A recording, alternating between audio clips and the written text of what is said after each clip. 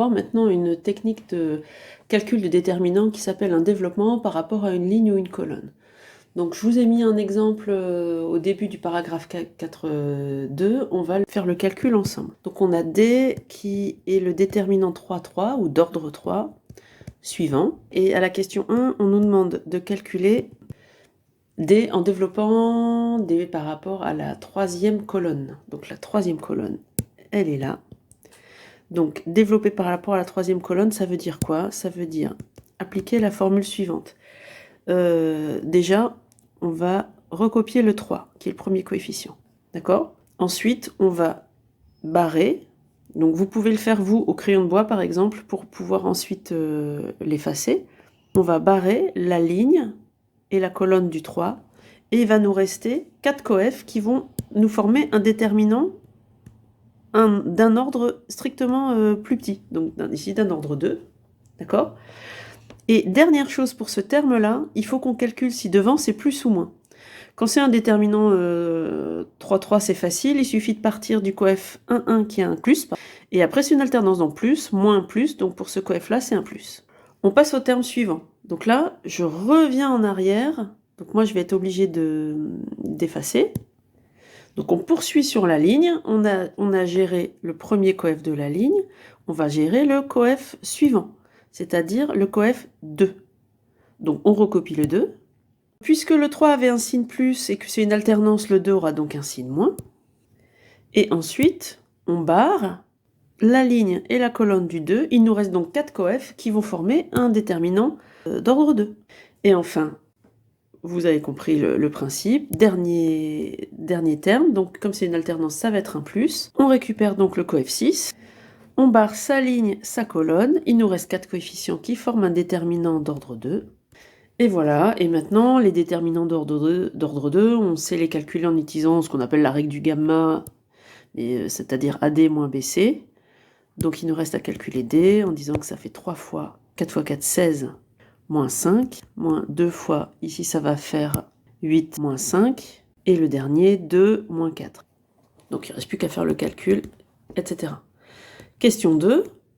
On nous demande de calculer D en développant par rapport à la première ligne.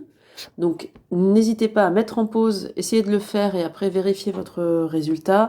Là, je vais aller un tout petit peu plus vite. Donc si on développe par rapport à la première ligne, le premier coefficient a un coef plus. Le premier coefficient, c'est un 2. Et je barre sa ligne. Donc là maintenant, je ne le fais plus. Je le fais virtuellement. Je barre sa ligne, sa colonne. Il me reste les 4 coefs. 1, 2, 4, 6. Puis, j'avance d'un cran sur la ligne, donc il va y avoir un moins. Le coef qui sort, c'est le 1 maintenant. Et si je barre sa ligne, sa colonne, il va me rester un déterminant 4, 2, 5, 6. Et enfin, le dernier, signe plus, coefficient 3 qui est là, il sort.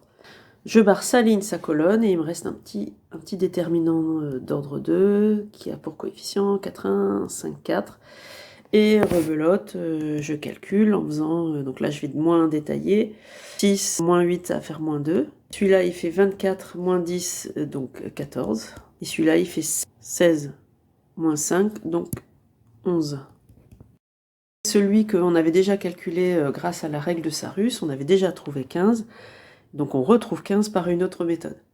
Et cette technique de développement par rapport à une ligne ou par rapport à une colonne, elle convient pour n'importe quel type de déterminant, n'importe quel ordre de déterminant, alors que la règle de Sarus ne convient que pour un déterminant d'ordre 3. On n'a pas de formule pour les déterminants d'ordre supérieur. Évidemment, c'est beaucoup plus intéressant si votre déterminant il comporte une ligne avec des zéros. Donc ce qu'on fait, c'est soit on exploite une ligne qui comporte des zéros, donc par exemple une ligne ou une colonne. D'accord? Donc si vous avez un déterminant comme ça, qu'on va appeler D, à calculer, ben évidemment que la bonne technique, c'est de le développer par rapport à la première ligne, parce que si vous développez par rapport à la première ligne, le premier coef c'est 0 fois le déterminant obtenu en barrant la première colonne et la première ligne, mais 0 fois quelque chose, ça fait 0. Pareil quand on passe au deuxième coefficient. Donc finalement, on va avoir deux termes qui vont être nuls, et le seul terme non nul, ça va être le terme obtenu en développant par rapport au dernier coef de la ligne. Donc, on recopie le coef 1, qui est là. On met le signe, donc c'est plus moins plus. D'accord?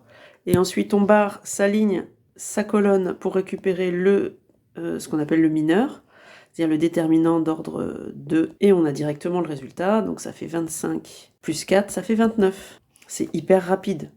D'accord?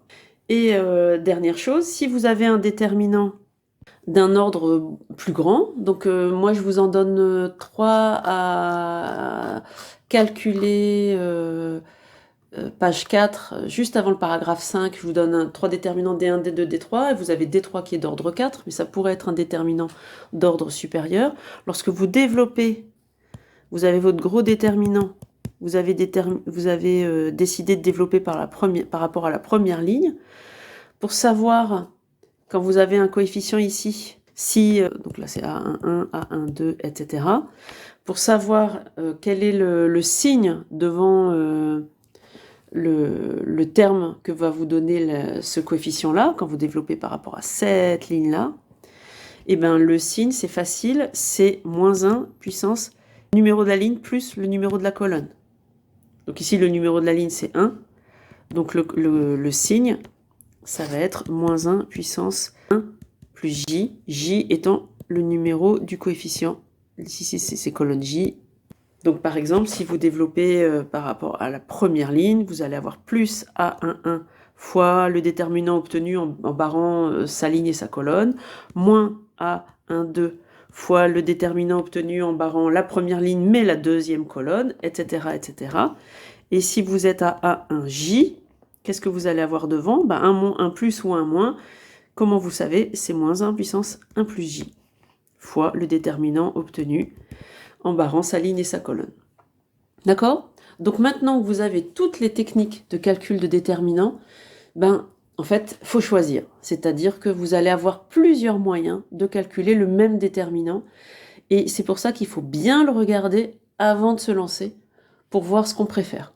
Donc là, ce qu'on va faire pour finir cette dernière capsule de calcul de déterminant, c'est faire quelques calculs en réfléchissant qu'est-ce que je peux faire et quelle est la meilleure technique. Donc je vous propose de faire un calcul ensemble. Par exemple, nous allons regarder le déterminant delta. C'est un déterminant 3,3. Par conséquent, on peut appliquer la règle de Sarus. Sinon, on peut aussi essayer de transformer le déterminant en déterminant triangulaire, parce qu'à ce moment-là, on sait que la valeur du déterminant, c'est le produit des coefficients diagonaux, ou alors développer par rapport à une ligne ou une colonne. Donc là, mettez sur pause et prenez le temps de réfléchir. Quelle est la meilleure méthode? Mais moi, je vais y aller tout de suite. La meilleure méthode, clairement, c'est... Il y a 2 zéros sur la colonne 2, donc la meilleure méthode, c'est de développer par rapport à la colonne 2. D'accord? Donc ce que vous pouvez faire, c'est essayer d'appliquer la règle de Sarus, essayer de transformer le déterminant en déterminant triangulaire pour voir que c'est plus long. D'accord? Donc on va quand même faire les 3 méthodes. Sarus, donc aide au calcul. Vous vous souvenez, j'écris le déterminant et je recopie les 2 premières colonnes. Donc 1, 2, moins 2, 0, 4, 0. Quand je calcule le déterminant delta, je commence par faire le produit des 3 coefs sur les 3 colonnes qui descendent en partant de la vraie diagonale, donc vraie diagonale avec un plus. Donc je peux commencer mon calcul, je peux dire que D, donc là je vais écrire un petit mot en disant première. Je vais écrire en utilisant la règle de Sarus, D égale donc 1 fois 4 fois 2. Bien sûr, vous pouvez écrire directement le résultat, plus 0 fois 1 fois moins 2, plus 2 fois 2 fois 0. Moi, j'écris en détaillé pour que vous ayez tout le calcul intégralement, mais vous pouvez écrire directement le résultat.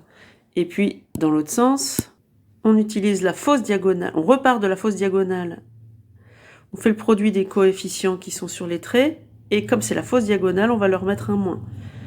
Donc il y aura moins 2 fois 4 fois 2, moins 0 fois 1 fois 1, moins 2 fois 2 fois 0. Et on voit déjà qu'il y a des coefficients qui valent 0, donc finalement le déterminant, il vaut 8. Ce coef-là, il est nul, je vais barrer ce coef-là, il est nul, ce coef-là est nul, ce coef-là est nul. Donc du coup, j'ai plus que celui-là à calculer, les moins s'éliminent. Donc je me retrouve avec 2 fois 4, 8, ça fait 16, 8 et 16, 24. Donc D vaut 24.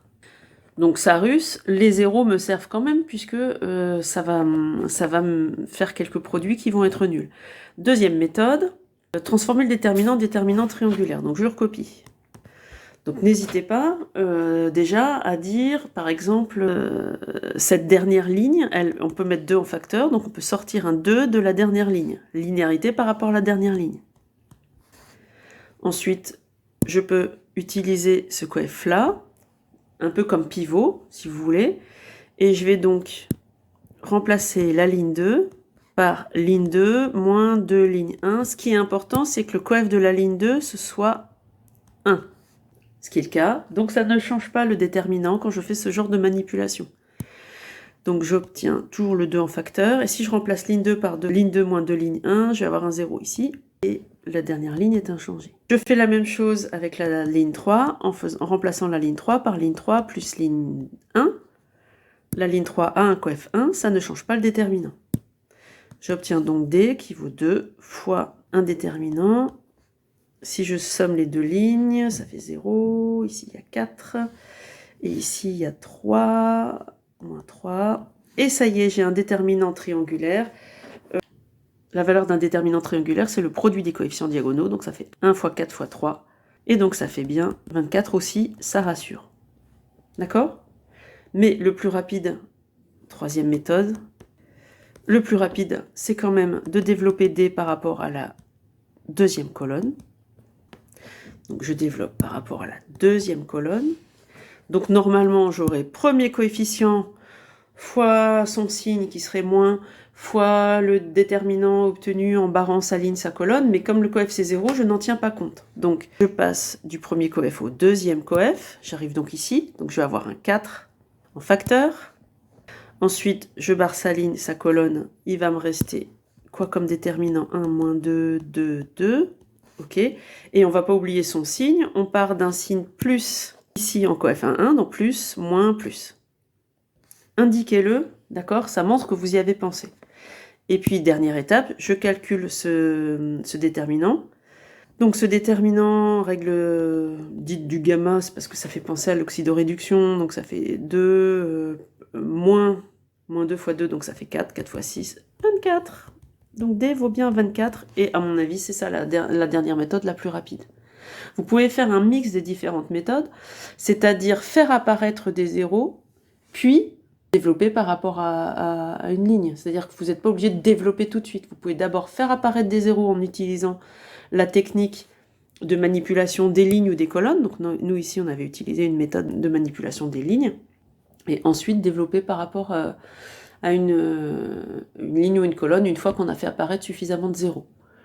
Ok? On s'en refait une? Je vous propose maintenant le déterminant suivant, je vais l'appeler D. Et c'est déterminant 4, 4. Pareil, mettez sur pause, réfléchissez, et ensuite on en reparle. Donc on voit qu'il n'y a pas de zéro, donc c'est pas particulièrement intéressant pour l'instant de développer par rapport à une ligne ou une colonne. En revanche, c'est assez facile de faire apparaître des zéros, parce que ici j'ai un coef 1. Donc ce que je pourrais faire, donc pareil que pour les systèmes, vous pouvez faire plusieurs opérations en même temps, mais faites bien attention à ce que le coef de la ligne remplacée soit bien 1. Donc je vais faire ligne 2 remplacée par ligne 2 moins ligne 1. Le coef de la ligne 2, c'est 1, c'est bon. Et je peux faire en même temps ligne 3 remplacée par ligne 3 moins ligne 1. Le coef de la ligne 3, c'est 1, c'est bon. Et je vais faire en même temps ligne 4 remplacée par ligne 4 moins ligne 1. Donc je me sers du 1 comme pivot. Simplement, la seule différence avec les systèmes, c'est que c'est mieux que le coef remplacé soit 1, sinon le déterminant va être multiplié. Donc, si j'effectue ces opérations-là, la ligne 1 est inchangée. La ligne 2, je fais ligne 2 moins ligne 1, ça fait 0. Ligne 2 moins ligne 1, moins 2. Ligne 2 moins ligne 1, 0. 0. Je fais ligne 3 moins ligne 1, j'aurai un 0 ici, j'aurai un 0 là, j'aurai un moins 2 ici, et j'aurai un 0 ici. Donc vous voyez que ça me fait apparaître énormément de 0. La vie est belle. Et je fais ligne 4 moins ligne 1, 0, 0, 0, moins 2. Et on voit qu'il est triangulaire, donc là je n'ai plus rien à faire. Calculer, ça fait 1 fois moins 2 fois moins 2 fois moins 2, et c'est fini. D'accord? On s'en fait un petit dernier. Pour que vous voyez un petit peu comment ça se passe si vous voulez faire une opération qui multiplie la ligne constante. Voilà un dernier exemple. Imaginons, vous avez envie, puisqu'il y a déjà un 0 sur la première colonne, de développer par rapport à la première colonne. Alors moi, je serais vous, je développerais plutôt par rapport à la dernière ligne, mais voilà, chacun fait comme il le souhaite. Donc il va y avoir plein de manières de gérer un déterminant, et c'est vous qui gérerez votre vie. Donc, le problème, c'est si je veux faire apparaître un 0 en ligne 2, vous allez devoir faire ligne 2 remplacée par 5 ligne 2, moins 3 ligne 1. Et ça va faire apparaître un 0 en deuxième ligne. Le problème, c'est qu'en fait, ça, c'est une succession d'opérations élémentaires. En fait, les déterminants, c'est intimement lié aux opérations élémentaires, mais je ne suis pas rentrée dans le détail dans les vidéos. Vous faites deux opérations élémentaires, en fait. La première, c'est vous multipliez la ligne 2 par 5, et ensuite, à la nouvelle ligne, qui est donc 5 ligne 2, vous enlevez 3 lignes 1. Enlever 3 lignes 1, ça ne change pas le déterminant. En revanche, multiplier la ligne par 5, ça a multiplié le déterminant par 5. Donc si vous voulez faire cette opération-là, en fait, c'est comme si vous les faisiez successivement, d'accord? Mais si vous faites cette opération-là, elle multiplie le déterminant par 5. Donc si vous voulez faire cette opération, vous avez tout à fait le droit, mais le déterminant est multiplié par 5. Donc pour compenser, on divise par 5. Donc si vous faites l'opération qui est là, puisqu'il y a un 5 ici, il y aura un 5 là. Et à ce moment-là, vous avez tout à fait le droit. Ici, il y aura un 0. Donc je fais 5 lignes 2, ça fait 10, moins 3, ça fait 7. 5, moins 12, moins 7. Et là, on aperçoit qu'il y a deux lignes proportionnelles, donc le déterminant est nul. Ça veut dire qu'il y avait un lien, en fait, que je n'ai pas vu. Bah oui, en fait, la colonne 3, c'est colonne 2 plus colonne 1. Donc il y avait un lien entre les colonnes, donc le déterminant était nul. Si on l'avait vu tout de suite, on aurait été plus vite. D'accord? Donc là, vous avez toutes les règles de calcul, les nouvelles règles du jeu finalement pour calculer l'indéterminant, et à chaque fois il va falloir se poser, peut-être dans un premier temps regarder si vous voyez un lien évident entre les lignes ou les colonnes, parce que ça fait gagner du temps, et ensuite prendre le temps de se dire pour ce déterminant là je vais faire quoi comme calcul pour avancer.